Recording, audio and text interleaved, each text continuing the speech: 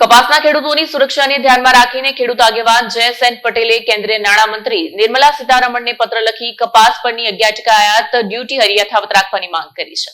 કપાસના ખેડૂતોની સુરક્ષાને ધ્યાનમાં રાખીને ખેડૂત આગેવાન જયસેન પટેલે કેન્દ્રીય નાણામંત્રી નિર્મલા સીતારમણને પત્ર લખીને કપાસ પરની 11% આયાત ડ્યુટી યથાવત રાખવાની માંગ કરી છે।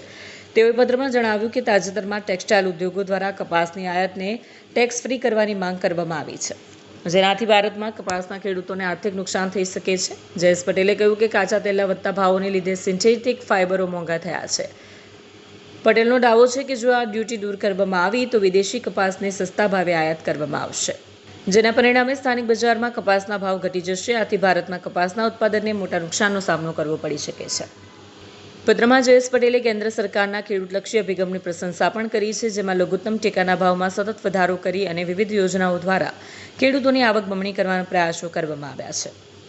જો કે ડ્યુટી ફ્રી આયાતના નિર્ણયથી ખેડૂતોના હિતોને નુકસાન પહોંચી શકે છે।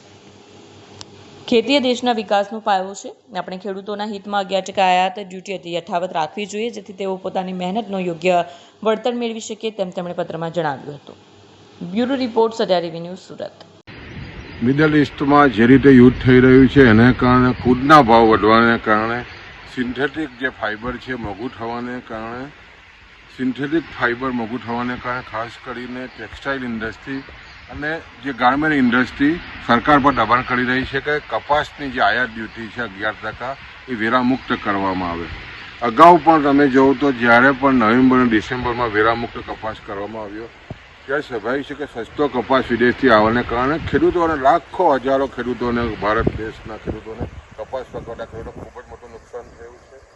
હાલમાં જે સ્થિતિ બની છે એમાં કપાસ પકવતા ખેડૂતોને જો વેરામુક્ત કપાસ કરવામાં આવશે તો ખૂબ જ મોટું આર્થિક નુકસાન ખેડૂતોને થશે। એના અનુસંધાનમાં આદરણીય નાણામંત્રીશ્રીને પત્ર લખીને અમારી જે હૃદય રાહક ખેડૂતોની વ્યથા અમે જણાવી છે। અમને ચોક્કસ વિશ્વાસ છે જે રીતે ભારત સરકાર ખેડૂતોની આવક બમણી કરવામાં જે રીતે પ્રયત્ન કરી રહી છે અને ખાસ કરીને જ્યાં વેરામુક્ત કપાસ લાવવાની જે વાત થઈ રહી છે એના કારણે ખેડૂતોને ખૂબ જ મોટું નુકસાન થવાનું છે, એટલે અમારી માગણી અમે નાણામંત્રીશ્રીને કરી છે।